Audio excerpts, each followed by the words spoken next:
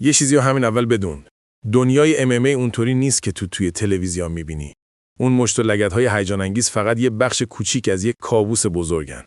اگه فکر میکنی مبارزه فقط یه ورزشه، پس هنوز پشت صحنه تاریکش رو ندیدی. جایی که قهرمانا خون بالا میارن، شبا از درد جیغ میزنن و صبح با صورت ورم کردن لبخند میزنن جلوی دوربین. میخوام یه چیزی بهت بگم که شاید هیچ وقت از ذهنت پاک نشه. تو میدونی اولین چیزی که یه فایتر حرفه‌ای از دست میده چیه؟ خواب. آره، خواب.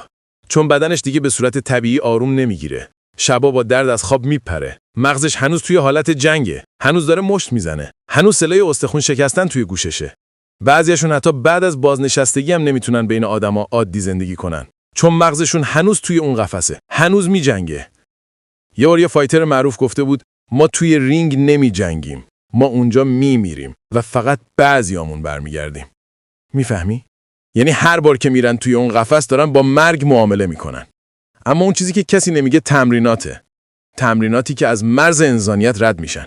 یه فایتر روزی 6 ساعت تمرین میکنه. بعضی روزا تا جایی پیش میره که بدنش از درون میلرزه. ریه‌هاش میسوزه. پاهاش قفل میکنن و مربی فریاد میزنه ادامه بده.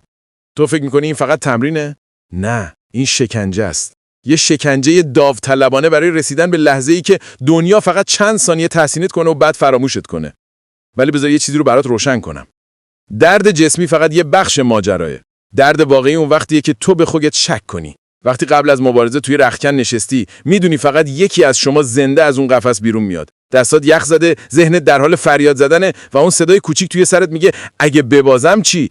و همونجا قهرمان واقعی شکل میگیره. نه توی رینگ، نه با مشت، بلکه بین ترس و شجاعت. بعضیا میگن MMA فقط یه ورزشه. نه برادر، این یه معامله با شیطانه. هر فایتر یه قسمتی از خودشو میفروشه تا اون لحظه کوتاه از قدرت رو حس کنه. اون لحظه‌ای که هزاران نفر اسمشو فریاد میزنن. ولی بعدش چی؟ بعدش سکوت، زانوهای خراب، مغز آسیب دیده و تنهایی. میخوای یه راز واقعی رو بدونی؟ بیشتر فایترهای حرفه‌ای افسردن. خیلیاشون دارن با قرص و الکل خودشونو سر پا نگه میدارن. وقتی دوربینا خاموش میشن، اون قهرمان تبدیل میشه به یه آدم شکسته. بعضیاشون حتی نمیتونن صدای مشت زدن رو بشنون چون دچار حمله عصبی میشن. ولی بازم میرن چون بدون اون قفس احساس زنده بودن نمیکنن. یه فایتر بازنشسته یه بار گفت وقتی وارد قفس میشی باید بخشی از انسانیت تو بیرون جا بذاری و وقتی بیرون میای اون بخش دیگه بر نمیگرده. یه لحظه فکر کن. یعنی چی آدما برای یه مسابقه حاضرن انسان بودنشون رو از دست بدن؟ اما میدونی عجیب ترین بخش چیه؟ تماشاگرها عاشق اینن. عاشق خون، عاشق درد، عاشق فریاد. آدما نمیخوان قهرمان ببینن، میخوان قربانی ببینن که با لبخند خودشو تکه تکه میکنه. این حقیقت تلخ MMA، یه سیرک مدرن که قهرماناش دارن جونشونو میدن تا ما چند دقیقه هیجان حس کنیم. یه بار یکی از فایترها وسط مبارزه وقتی ضربه خورد و روی زمین افتاد، صدای ترکیدن دنده‌شو خودش شنید، ولی برخاست چون میدونست اگه همونجا تمومش کنه همه میگن ترسیده. پس ادامه داد. با دنده شکسته، با خون توی دهنش، با مغزی که گیج شده بود و اون لحظه قهرمان شد. اما شب توی بیمارستان وقتی تنها بود گفت ای کاش اونجا تمومش میکردم. این دنیای MMA، دنیایی که هیچ کس ازش حرف نمیزنه چون همه میخوان فقط اون چهره قوی رو ببینن. ولی زیر اون چهره یه ترس عمیقه، یه زخم روحی، یه اضطراب دائمی. میدونی بدترین اتفاق چیه؟ ضربه هایی که به مغز میخورن مغز رو برای همیشه تغییر میدن. بعضی از فایترها بعد از چند سال حتی چهره فامیلشون رو یادشون نمیاد. یه بیماری به اسم زوال مغزی رزمی که مثل یه سایه تا آخر عمر باشون میمونه. ولی بازم میرن چون اون قفس مثل مواد مخدره. یه بار طعم قدرت رو بچشی دیگه نمیتونی ترکش کنی. یه راز دیگه هم هست که کمتر کسی جرأت گفتنشو داره. بعضی از مبارزاتو از قبل تنظیم کردن. آره باور کن، اون قهرمانی که فکر میکنی با قدرت خودش برده شاید فقط یه نقشی بوده توی یه نمایش. پول پشت پرده تعیین میکنه کی زمین بخوره و کی بالا بمونه. اما مردم نمیخوان اینو بدونن چون حقیقت زشت‌تر از اونیه که تحملش کنن. میخوام یه پیشساز برات بسازم. یه فایتر با دستای خونی، با فصولت له شده، با دندونای شکسته میره جلوی دوربین و لبخند میزنه. میگه همه چی عالیه.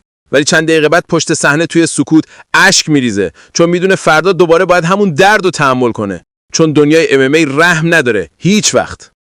تو اگه یه بار اون لحظه رو از نزدیک ببینی دیگه هیچ وقت به MMA مثل قبل نگاه نمی‌کنی. دیگه وقتی یه نفر زمین میخوره ذهنت پر از سوال میشه، نه هیجان.